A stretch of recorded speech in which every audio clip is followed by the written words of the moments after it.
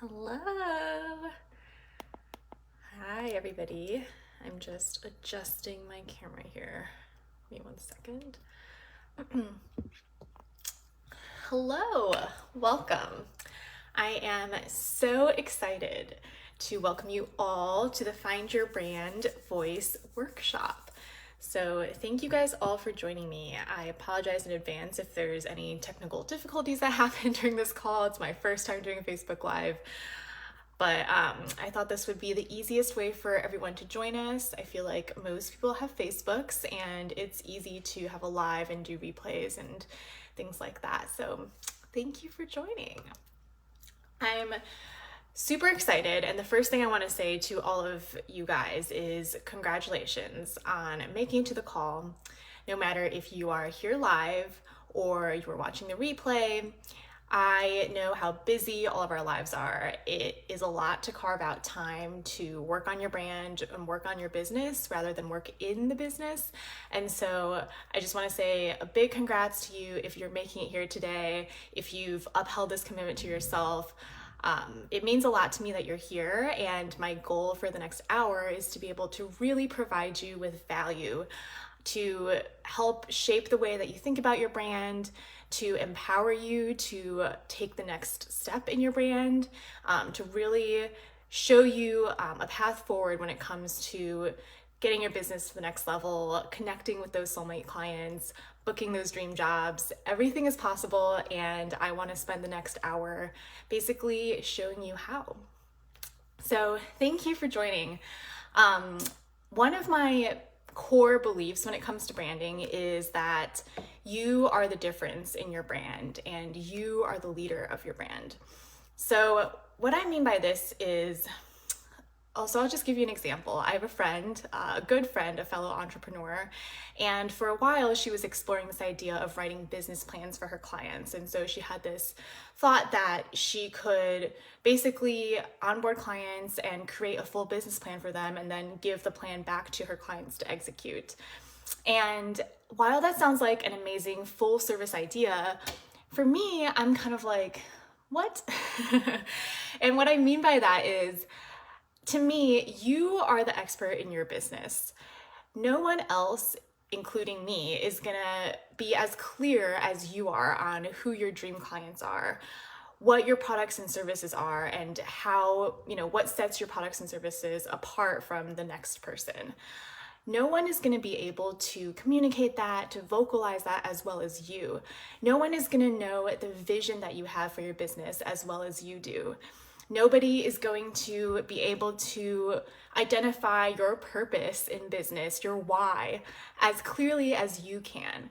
It's so important, especially when at the beginning stages of our business or when you're in the solopreneur stage before you bring on a team or before you bring on a VA or anything like that. I think it's so important to identify your brand and have a strong sense of who you are and your purpose, not only because it can help you connect with soulmate clients and book those dream jobs, but because when you get to a stage in your business when you're going to be wanting to bring on support, you have clarity on who you are and you can more easily onboard, brief team members on, what it is that your business stands for so others can deliver value for you. So I just think that's so important, and that's why I really thank you and welcome you for being here in person today, because you are the leader in your business, you are the leader in your life, and you are most definitely the leader in your brand. And by showing up here today, I hope that the next hour can show you a path forward on how to get your brand to the next level so you can really feel like you're connecting with those audience and clients that you want to book for the next stage of your business.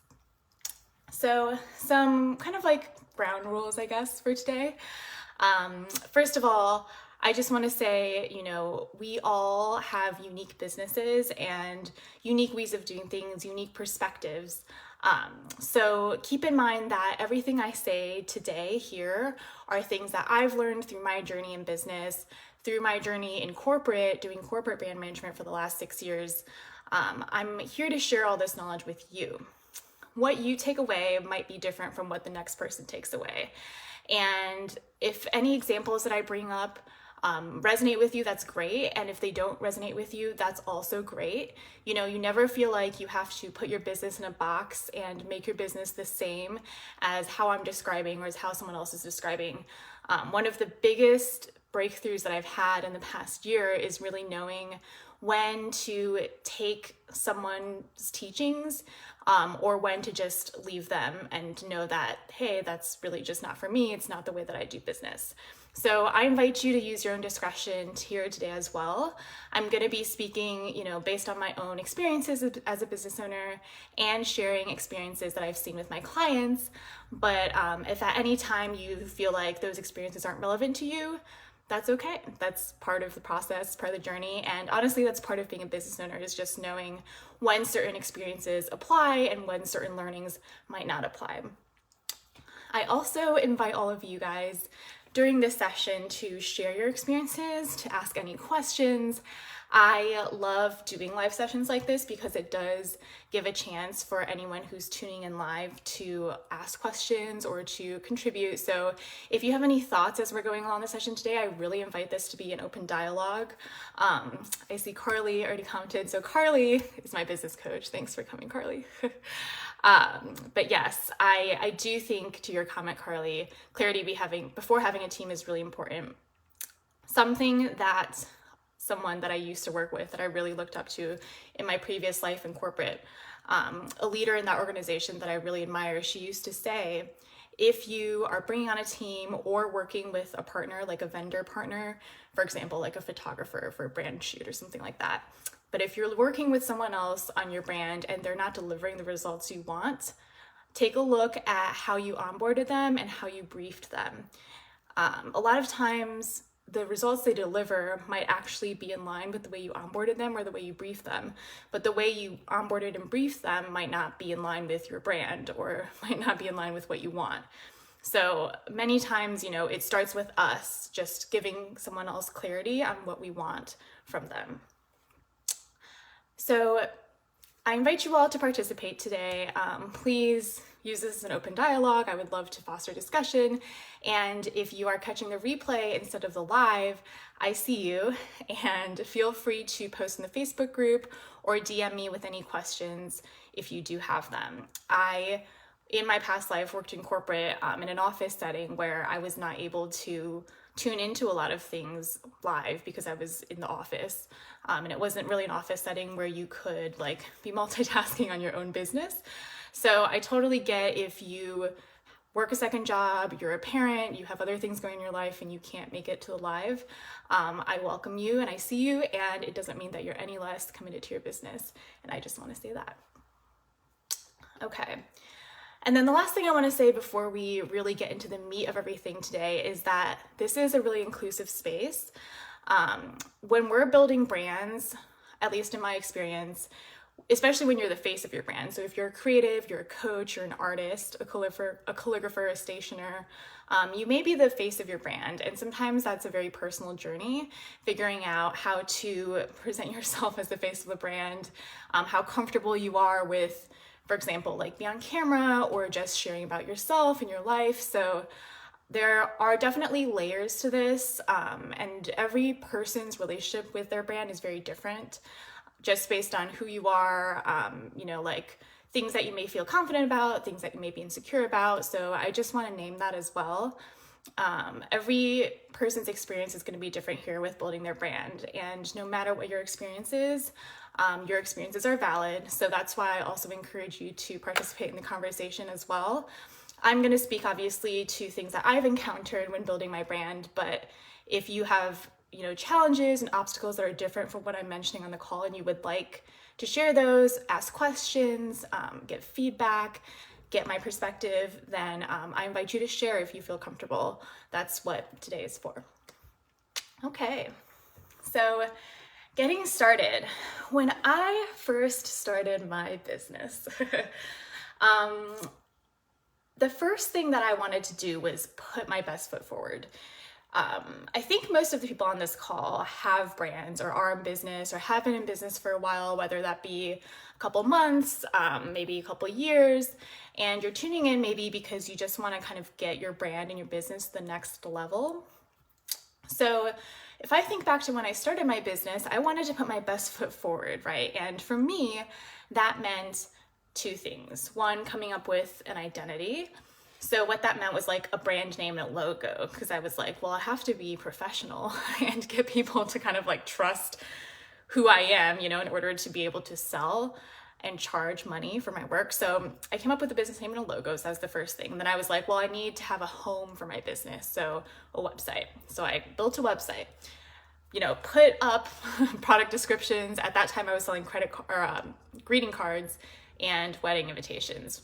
And so I had it, I had my website, I had my little corner of the internet, and then I started promoting.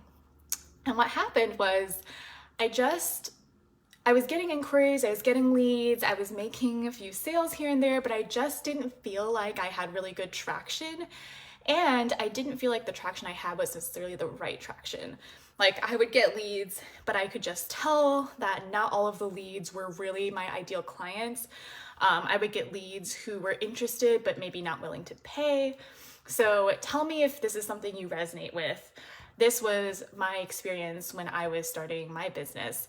And the challenge that I ran into was like, how do I reach the right people? How do I reach people who value my work, who want to pay me my worth? But more than that even, how do I reach the person who I just feel so like emotionally connected to, that I get so much joy out of working with, that feels easy? Yes, Laura says. Yeah, so this was my experience. This was a challenge for me. And I think this might sound familiar to you or, might resonate with you, because a lot of times when we start out by thinking about what it is that we're selling and just like promoting our products and services, right? This is what I did when I started out. I was like, I sell wedding invitations and greeting cards, and like, that's what I'm going to post about. That's what I'm going to talk about. That's what I speak about on my website, is like, oh, here's the experience of working with me. Here are the steps you take. Like, basically describing what I'm selling and making it really clear what I'm selling, what the person's going to get if they pay me, etc. So there's nothing wrong with this. I did this. I still do this sometimes. When I'm launching new things, it's like very tempting to just talk about what it is you're selling.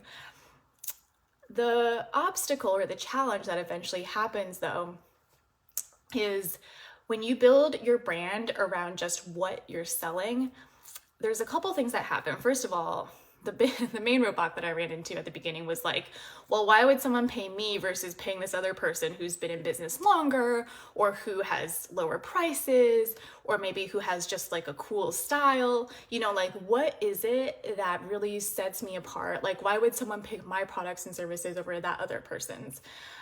There's a lot you can say here. As a creative, having a unique style definitely helps set you apart. So if you have like a really personal style, and that might be enough to attract your audience and to attract people to say like, hey, I have to work with this person because she's the only person who can give me something that is exactly in this style. But outside of that, like, how do you convince people to work with you, right? How do you convince people to choose you over that other provider?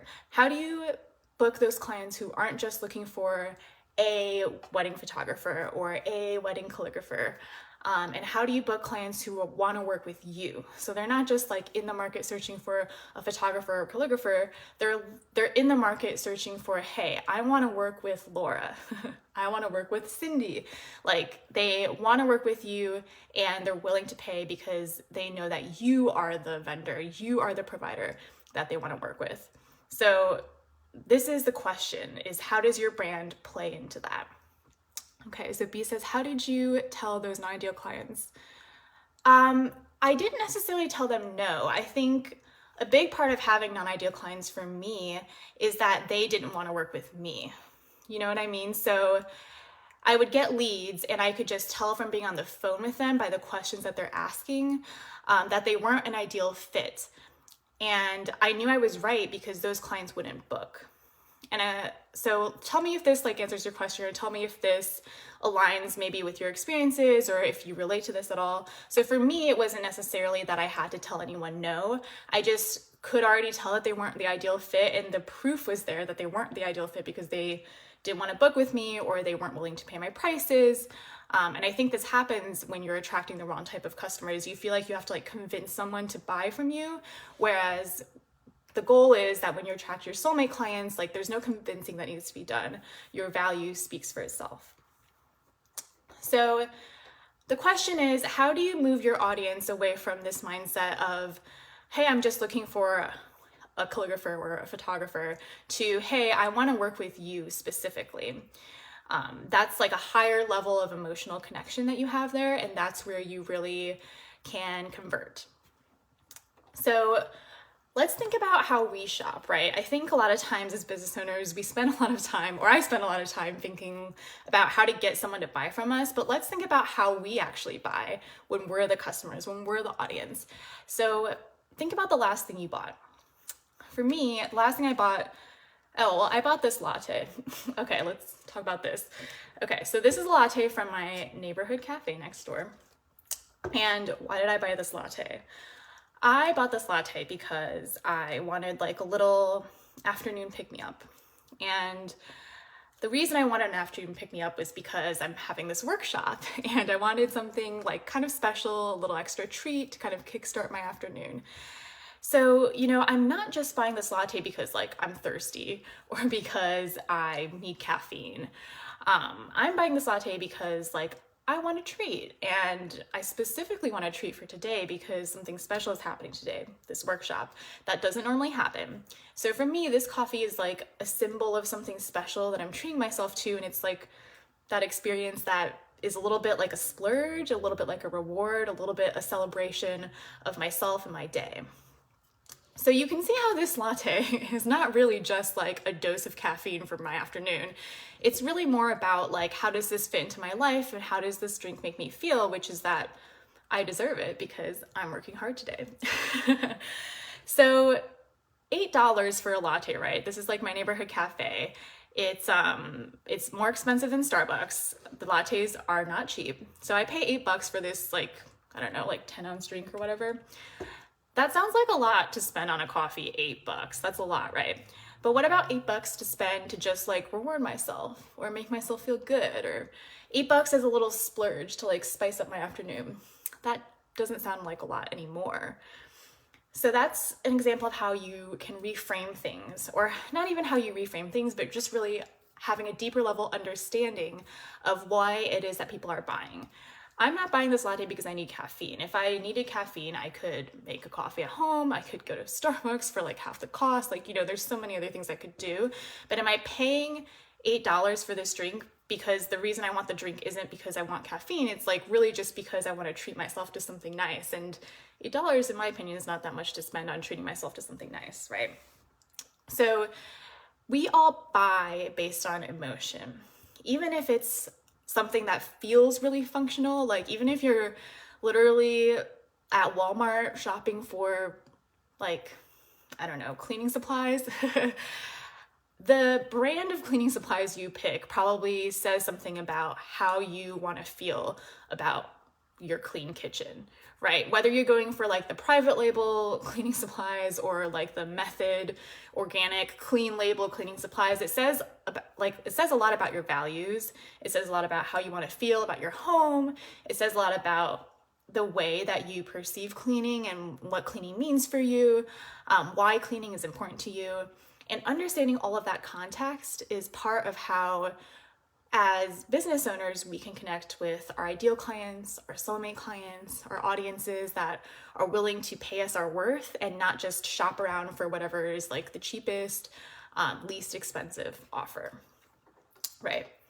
So my latte example can be very clear if it's like one product, like a latte. It's easy to kind of like dissect that down into, okay, it's like, why is somebody buying this thing from me? Okay, ask the questions why, like why are they looking for this? How does this thing fit into their life? A question that I get a lot though is, what happens if you are selling more than just one product or service? Okay, so what if you're like me and you are really bad at niching down? So tell me if you relate to this, but you start your business, maybe it's like a craft or a hobby that you've perfected over time and you love doing it. For me, this was wedding invitations, right? Like I loved stationery, I loved wedding invitations, and I eventually turned that into a business and I love that work. But start to get bored. Maybe my eye starts to wander. I start to get more into branding. Branding is something I really enjoy. People start asking me for logo design. And now I'm at the point where I have like two different parts of my business that on paper do not seem to be related at all. I mean, wedding invitations are, the audience for that is like engaged couples, right? Branding, the audience for that is business owners. Like these are not the same audience. These are, I mean, they could be the same audience, but really they're not. They're two different groups of people looking for two different types of products. And I had this crisis where I was like, do I start a new brand? Do I have two Instagram accounts? Like, how do I build my business? How do I not have to pick between doing one or the other? How can I do both? Can I do both and still have a cohesive brand, have a cohesive business? Laura, say no to niches. I'm with you, Laura. Say no to the niches. Okay, scrolling back in comments a little, Carly. I love this example. I think you're talking about the latte example. The last thing I bought was a margarita because I wanted it. That's an even better example. Not as complicated as you make it sometimes in our biz. Totally. Yes, totally. It's fun and easy with these examples. Like these drinks, you know, it's like chocolate, dessert, these types of like food items, it's easy to be like, oh yeah, you know, like someone wants this because they're splurging, because they just enjoy it. It can be more difficult depending on what you're selling to be like, well, why does somebody want this? You know, for example, for wedding invitations, like the obvious answer for why someone would want wedding invitations is because they're getting married. But specifically, why do they want your wedding invitations? Why do they want custom wedding invitations? Why do they want your custom wedding invitations over this other person's custom wedding invitations? Really like drilling down into why someone specifically wants to purchase from you is where all of that good stuff is, and it's where your brand comes into play. So yes, I totally am with you though, Laura. I have a hard time niching down. It's just the way that I am. Guess you could consider me to be kind of like a multi-passionate entrepreneur in the sense that I really don't like when people tell me to niche down. I find it to feel restricting. And I like the idea that I have the freedom to like invent new ideas, come up with new things to sell, and that I can do it without having to like rebuild a brand every time. I mean, I don't want to have 6 different Instagram accounts. I don't want to have 6 different business names. I just want my business, my Instagram, but I want this to give me the means to sell and make whatever I want to sell and make, right? Shannon, love this. I debated creating 2 accounts as time went on as well. Same. And because I couldn't decide what either branding would look like, it held me back on what my image would look like at all.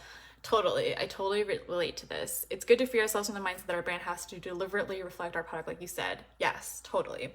Yeah, and going off what you're saying, Shannon, this is exactly why I always encourage my clients not to build their brands around what they sell, because if your brand is literally the product that you're selling, so if you are a wedding calligrapher, let's say, and you just want to be known for wedding calligraphy, it becomes really hard if you ever want to do something else to then do it in a way that feels cohesive, or to feel like you can expand without confusing your audience.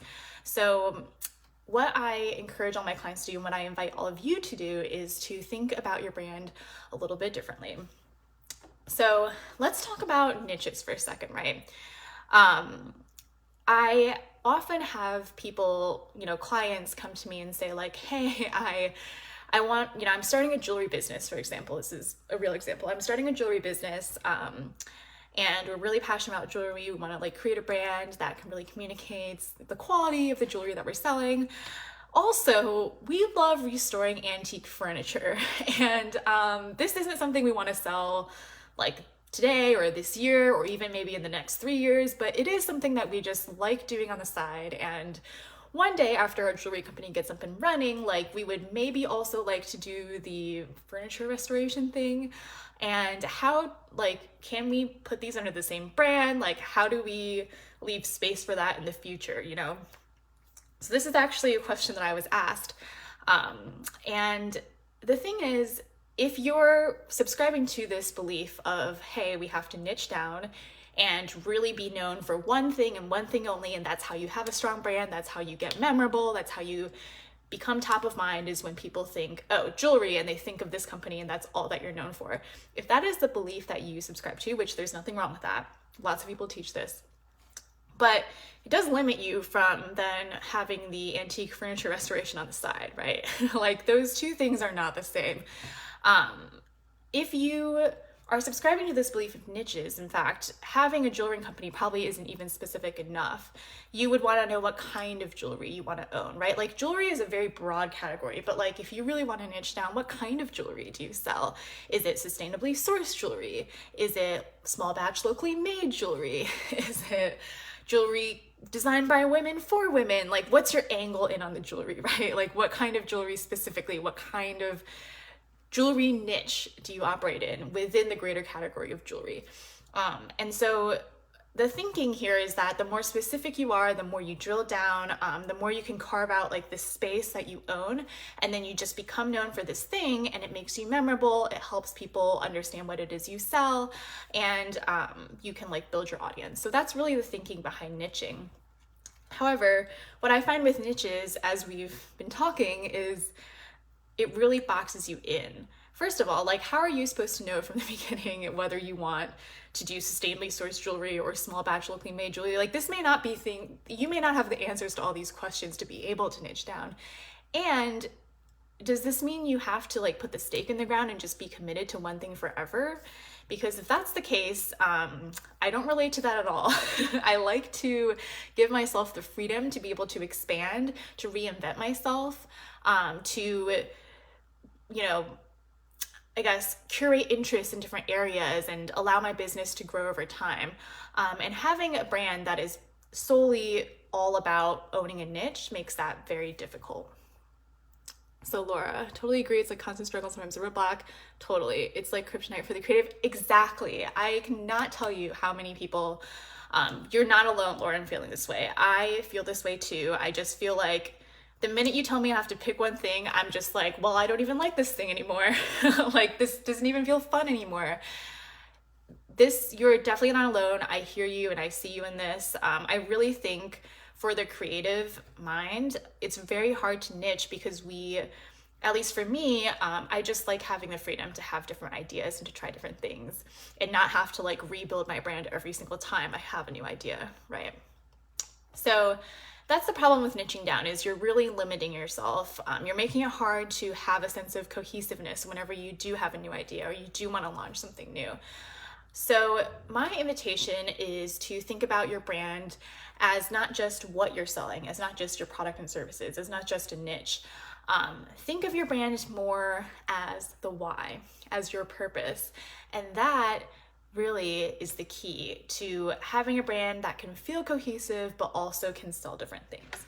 So the why, what I mean by this is, say you're this jewelry company, right? Say you sell sustainably sourced jewelry. Like, why though are you selling sustainably sourced jewelry?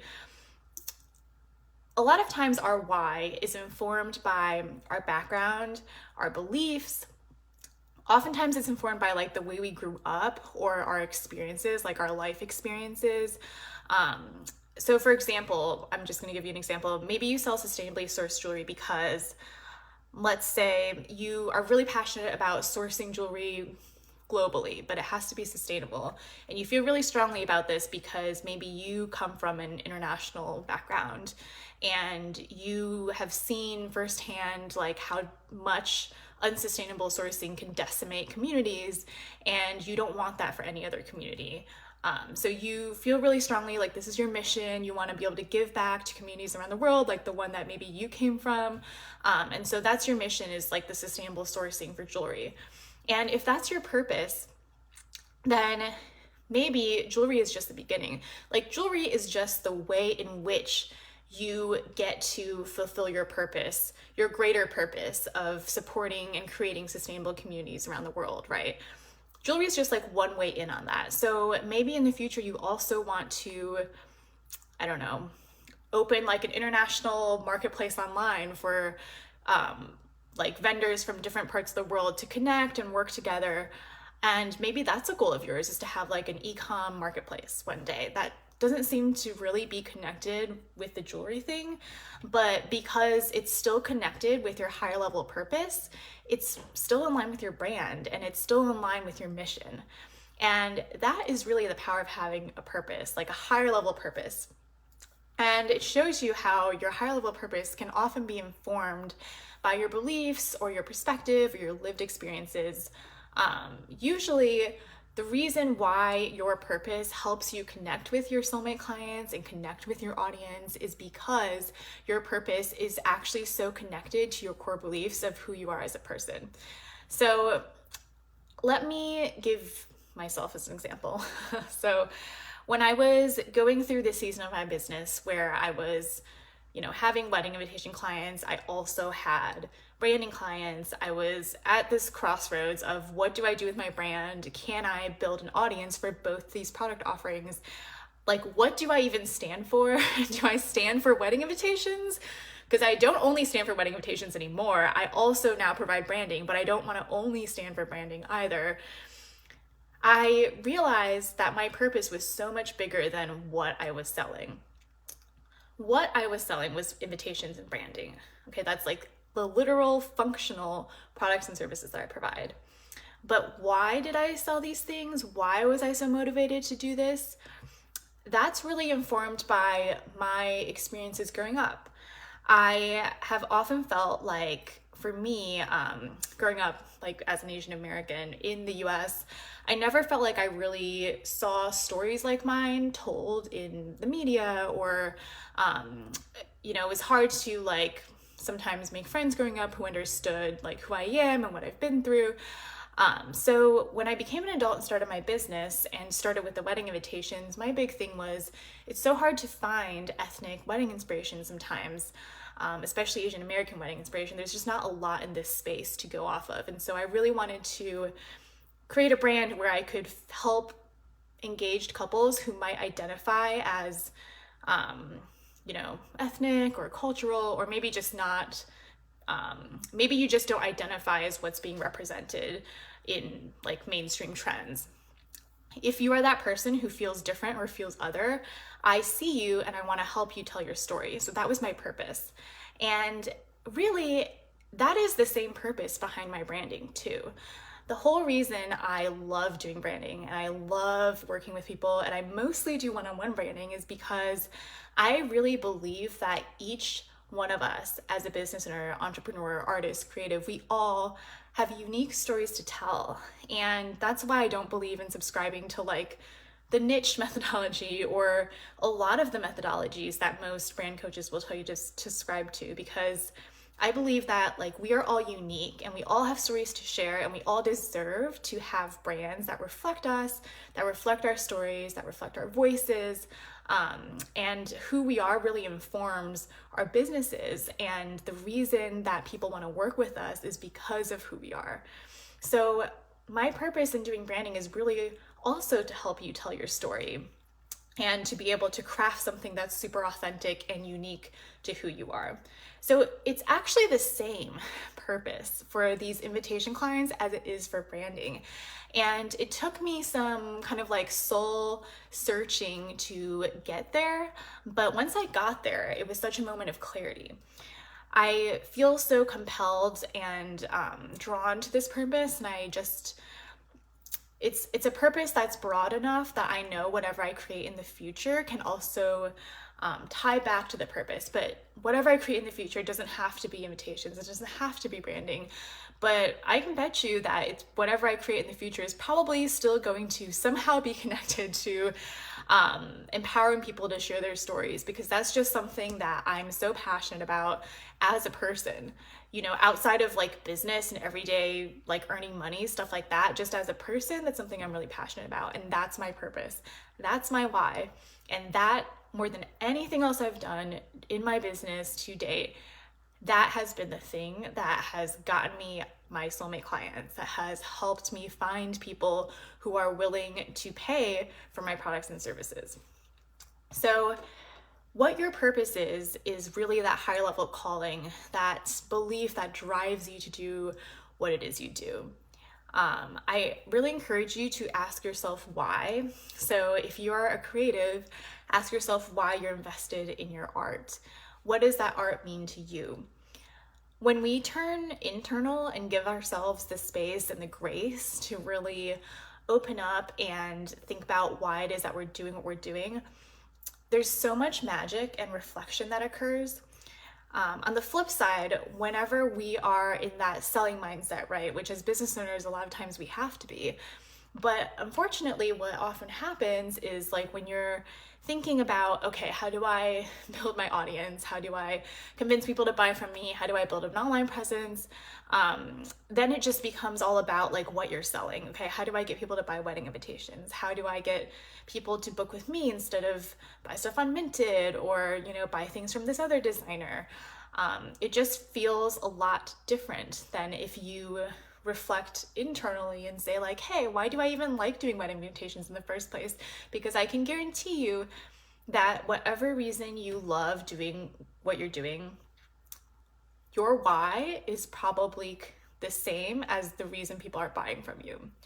So my why of doing wedding invitations, wanting to tell people stories, that connects so deeply with my soulmate clients, my ideal clients, because my ideal clients are the people who feel like they have a story, they want to tell it, they don't want to compromise on telling that story, and they're willing to pay whatever price in order to be able to share their story authentically, right? Like that's my ideal client. And so they understand what I'm trying to accomplish. I understand what they want. And that's the higher level desire that really helps you attract those people who are willing to pay you your worth and who want to work with you because they feel like you understand them on a level that nobody else does. This is when it becomes about so much more than you just selling calligraphy, you just selling photography, you just selling whatever functional product and service you sell, right? This is when it becomes about how do you make this person feel? Why does this person want calligraphy, photography, whatever it is that they're buying? They want that thing because of something deeper inside them. And if you can figure out your why, chances are you'll be able to attract people who share that why, who share your purpose, who understand what it is you're trying to accomplish, and who need that from you. And that's when that's really what helps you attract your soulmate client, is when you can communicate your purpose, identify your purpose, and connect with people who are like, yes, I get it. I want that from her, and I know she gets it. And so I'm going to book with her or with him. I'm going to book with this person because they are the only one who really gets it, who really gets why I'm looking for this product and this service. It's all about the why. Your purpose is all about the why, and your purpose is what helps you connect with your soulmate clients. So if there's anything you take away from today's session, it's that your brand purpose is the most important part of your brand. Your brand is not about what you sell. It's not about your products and services. It's not about niching down. It's not about becoming known as a photographer, calligrapher, stationer. No, your brand is about your purpose. Your brand is about why you're driven to do all these things. Your brand is about like that mission, that inspiration, that passion that you have, the reason why you're doing all these things. That's your brand. That's your purpose. And your purpose is what is going to speak to and attract people who want to work with you, because people who want to work with you ultimately will understand your why. They're going to get it because they're going to feel it. And that's not going to be everybody, but it is going to be the people that are willing to pay and book with you. And the people who want to work with you, not just because they're looking for a wedding photographer, but because they're looking for a wedding photographer who really gets it, who gets that they, for example, like want to do really outside the box photo shoots because, they're an untraditional couple and that's what they pride themselves on. So if you can really tap into that, that's how you attract those types of people, right? To speak to those desires and not just to the photographs, which is like very functional. And the photographs are really how you get your purpose across, but your purpose is actually why somebody is booking with you. So that's the main point that I wanted to get across today, is that your purpose is the reason why people want what you have. In addition to helping you connect with your audience and connect with soulmate clients, having a clear sense of what your purpose is also really key to converting in sales. Being able to convert in sales calls, being able to close sales, writing a compelling sales page. So let me give you an example here. So I worked with a client who I look up to very much, a fellow entrepreneur and business owner, and she was creating a course. It was a mindset course, basically about like self-growth, mindset, tactics. And she was having trouble writing her sales page because she knew what her course was and how to describe it. You know, she's got all that on lock, but what she didn't have was the why behind why people would want that course. And she had some difficulty vocalizing that. So what I work with her on is how to describe like why someone would want to invest in this course. And that's what I challenge all of you to challenge yourselves to, is think about why someone wants to buy from you, right? Not just like, how can I talk about my products and services in a way that makes it clear what people are getting, but actually tying that up to why somebody wants it in the first place. It's important to have really clear product descriptions and to make sure that people know exactly what they're getting from you in terms of like the functional benefits, the functional products and services that you're providing. But it's equally, if not more important, to connect with people on the why. Whenever I book a client, it's usually because I know that this client, I know why they're looking for branding. I know what they want emotionally out of the experience, and I'm able to really share with them like, hey, this is emotionally what you're gonna get.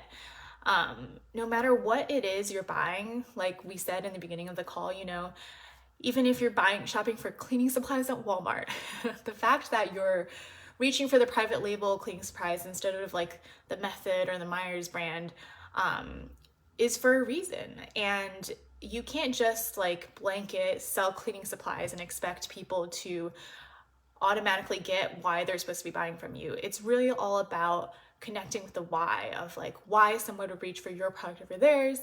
And at the end of the day, your why is what is going to convert in a sales situation as well. So it's not just about like using your purpose to build your audience and to create a brand that is powerful and long lasting and cohesive. It's also about using your purpose when it gets to the execution of actually converting people, of actually booking clients. You want to be able to speak to your purpose in a way that resonates with your soulmate clients, to remind them when they're looking at the price, right? Hey, remember the reason why you're talking to me in the first place? Like, remember why you're in the market shopping for a calligrapher or for a photographer in the first place? Hey, here's why I do what I do. And I know you relate to this because I know this is actually why you're in the market, you know, looking. And if you remind them of that, the price thing becomes a much lower barrier to overcome, because people might not always be willing to pay for like a functional product or service, but if you can remind them how that functional product or service makes them feel, transforms their lives, fits into their lives in a greater emotional way, they're much more willing to pay for that. Because as you recall with this latte example, we all buy based on emotion, not on function, emotion. And the more high ticket your offers are, the more emotionally connected a lot of times we need to feel to the purchase. Like, think about the way you shop for a car, right? Especially like a luxury brand car versus like a non-luxury car. You know, when you buy a luxury car, you probably are thinking, how does this car make me feel? Like, what does it say about me? Versus, hey, I just like want a vehicle to get me around. So think about the why. That's my number one tip for both connecting with soulmate clients, building your brand, creating a brand that feels authentic to you and who you are as a person, and being able to convert executionally on a sales level, because that is equally important. You know, where the tire meets the road, like being able to convert and book clients, super important, and your brand purpose is also key to doing that. Okay, so going back to this latte, $8, right, for this latte. Pretty expensive if all you're looking for is a shot of caffeine. But if you really are looking for a way to treat yourself, then yeah, it totally makes more sense to come to this neighborhood cafe where I can buy an expensive $8 latte in seasonal flavors that are only available for like 2 months at a time out of the year. It makes way more sense for me to do this and treat myself than for me to walk to the Starbucks down the road and buy the drink that is available there all the time for like a lower price and stand in a crowded line, you know. It's a totally different experience, and it all comes back to what you're looking for when you shop, like why it is you're looking for that product and service, and as the business owner, being able to connect with your audience on why they're in the market looking.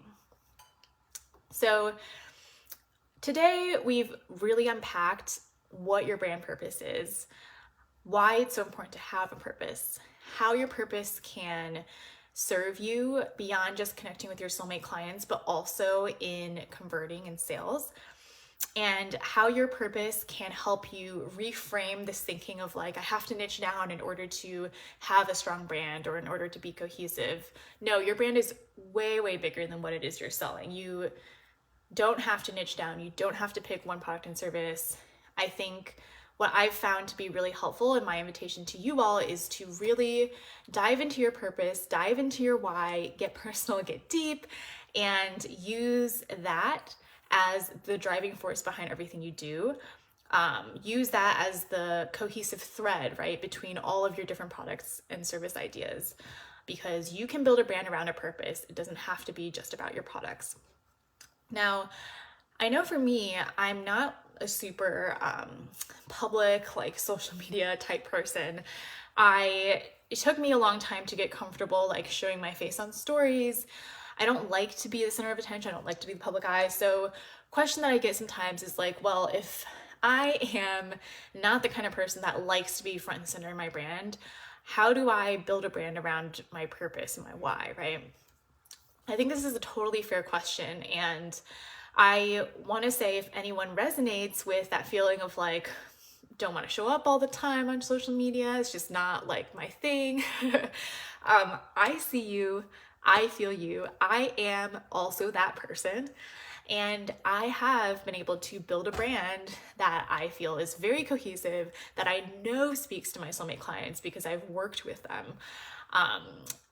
It's possible to do it without really feeling like you have to be this flashy, outgoing person who shares all the time on social media. I just want to name that and put that out there. Laura says introvert here. Laura, you and I both. I am such an introvert. Could honestly just be a homebody and like stay home all the time would be great. Like, honestly. I'm not a big social media person. It just doesn't come natural to me. And so how do you take your purpose, now that you've identified your purpose and you know you want to build your brand and your business around it, how do you take that purpose and actually put it into action, especially if you like don't have time to be on social media all the time, or it's not your thing to be on social media all the time? Like, how do you make your purpose work for you, right? That's what we're going to be covering tomorrow. So tomorrow is going to be all about how do you actually put your purpose into action, bring your purpose to life in your business. So one thing that I will say about your purpose as well, it's not always about just like telling people what your purpose is. That is very powerful. And that is something I think you should do in sales calls when you're like trying to close the sale, when you're trying to convert. That's super powerful. But on a day-to-day basis, like when you're just trying to build your audience, when you're just trying to attract, those ideal clients, like invite in those opportunities, you don't always have to be going around saying, like, I don't go around saying all the time online, like, oh, I'm here to tell your story. That's not something I say aloud to my audience a lot. It's something that I believe is implied. And the way you can imply it is to show it through your actions, not always through your words, right? It's so much more powerful to show something through your actions and to bring your purpose in life through the way your business is structured than just like telling people what your purpose is all the time. So tomorrow is going to be all about like, how do I actually bring my purpose to life in a tangible way in my business beyond just like speaking words to my audience? Like, what are the things in my business that I can do to actually bring my purpose to life? So that's what we're going to be covering tomorrow. And the last thing that I'll say about purpose and branding and everything is this. Your purpose is going to be different than anyone else's because your purpose is unique to you. It's unique to who you are. And the way that you bring your purpose to life is, of course, going to be different than everyone else because your purpose itself is different. So don't ever feel like what I'm sharing with you, there's only like one way to do it. I'm sharing examples of my purpose and, the beliefs and the emotions and things that drive me in my business. Your purpose is going to be totally different.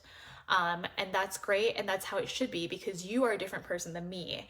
And a lot of times your purpose is going to be based on your core values and experiences, which are obviously going to be different from mine.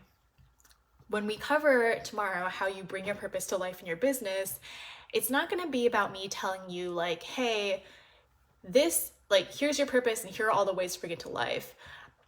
You are the one actually in charge of that. Tomorrow, what I'll be sharing is more, hey, here is a framework that you can use to think about your business. In order to bring your purpose to life, here are the different areas that you should think about in your business. Think about how your purpose aligns with this area, with this area. How can you bring your purpose into this other area? I'm going to go through what I call like a brand audit, which I usually do. I always do it actually with my private one-on-one clients. And this audit is really just meant to give you a 360 view of the business so that you can take your purpose and really make sure that it's coming to life in a tangible way in each area of the business. So that no matter how your audience interacts with you, whether they're buying from you, whether they're just silently stalking you online, you can feel like your purpose is coming through in each aspect of your business. So that's going to be tomorrow. The call will be at the same time as today. It'll be 2 p.m. So make sure you tune in for that. And obviously there will be replays available. Okay, so that is most of what I wanted to cover today. I am shocked that I'm within the time limit. This is great. I think I talk very fast, so apologies if I was like stumbling through some words there. I do want to say I have some exciting news to share. So if you are tuning in for like the brand part and how to create your purpose, then that part is complete, and tune in tomorrow to make sure that you can hear about my framework and my methodology for how you can actually take your purpose and bring that to life in your business. But some exciting news that I did want to share with all of you is if you liked what we talked about on the call today, if this resonates with you, if you get it, and if you want to work on your brand and take things to the next level, if you want to identify your purpose, if you would like feedback on that, if you want space to work on that, I have exciting news, and the news is that Brand Camp is open. Brand Camp, if you guys don't know, it's a multi-week branding program that I've created earlier this year. I'm actually revamping it and relaunching it for the month of April based on feedback and experiences, both with my Brand Camp students and with my one-on-one clients. I'm making it better. I'm making it longer actually, because I really want to be able to support you through the entirety of the journey of creating your brand. So yes, Brand Camp is open again. We will start the next session in April, and you guys are the first people to know about it. I'm not actually probably going to share anything publicly until Friday. So you're the first to know about it. I will send a link where you can learn more via email if this is something you're interested in. It really is going just deeper on everything we talked about today. It's a container where you can really work on your purpose, get feedback, and just to give you guys like a frame of reference, in my private one-on-one coaching, we spend 2 to 3 weeks just on creating your purpose because I do find that it's such a core important part of your brand. And the same goes for Brand Camp. Like the first 2-3 weeks are really all about identifying your purpose, going through some exercises to really help you open up and, dive deep into like why you do what you do, why you're passionate about it. And then taking that purpose, building a business around it, which is going to be what we cover tomorrow, and then taking all of that strategy and actually executing it in the field. So that's Brand Camp, and I will share the link with all of you all in case anyone is interested. Okay, 55 minutes, not bad. Thank you all for joining today. I really appreciate it. Thank you to those of you who came live. You guys are amazing. I love all the comments. Thank you everyone who commented. And if you're catching the replay, thank you for being here. Congratulations again on, showing up, committing to yourself, learning about your brand. If you have any questions that you weren't able to comment during this call, feel free to DM me, email me, message me, reach out, post in the Facebook group. Would love to hear your thoughts and questions. And of course, happy to circle back on anything that you have questions on when we do the call tomorrow. Thank you guys. Have a good one.